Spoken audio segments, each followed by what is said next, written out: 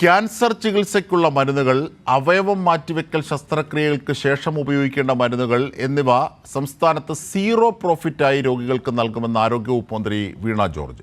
800ഓളം വിവിധ മരുന്ന് കമ്പനികളാണ് വിലയ്ക്ക് നൽകുന്ന മരുന്നാണ് ലാഭമില്ലാതെ ജനങ്ങൾക്ക് നൽകുക. വിവരങ്ങളുമായി ഇപ്പോൾ ഷീജ ഞങ്ങളുടെ പ്രതിനിധി ചേരുന്നു. ഷീജ, എന്തൊക്കെയാണ് സർക്കാർ രോഗികൾക്ക് താങ്ങായി പ്രഖ്യാപിച്ചിരിക്കുന്നത്?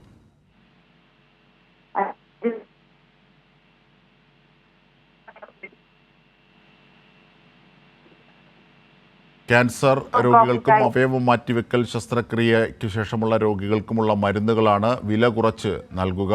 കാരുണ്യ ഫാർമസി വഴി, സർക്കാരിൻ്റെ ഉടമസ്ഥതയിലുള്ള കാരുണ്യ ഫാർമസി വഴിയാണ് ഈ സീറോ പ്രോഫിറ്റ് പദ്ധതി നടപ്പാക്കുക. ഇത്തരത്തിൽ ഒട്ടേറെ ഇടപെടലുകളാണ് മരുന്ന് വിപണിയിൽ സർക്കാർ നടത്തുന്നത്. ഈ കാര്യങ്ങളെ സംബന്ധിച്ചു കൂടി ആരോഗ്യമന്ത്രി വിശദീകരിച്ചു. വിവരങ്ങളുമായി ഞങ്ങളുടെ regional bureau chief S Sheeja ചേരുകയാണ്. ഷീജ, കേൾക്കാമെങ്കിൽ? തീർച്ചയായും അജിത്, മേലും ക്യാൻസർ മരുന്ന് വിപണിയിൽ നിർണായകമായ ഒരു ഇടപെടൽ തന്നെയാണ് സംസ്ഥാന സർക്കാർ നടത്തിയിരിക്കുന്നത്. വില കൂടിയ ക്യാൻസർ മരുന്നുകൾ സീറോ പ്രോഫിറ്റായി കമ്പനിയാണ് ലഭ്യമാക്കുന്നത്. അതായത് പദ്ധതി പ്രകാരം 800ഓളം വിവിധ മരുന്നുകൾ കമ്പനി വിലയ്ക്ക് തന്നെ ലഭ്യമാകും.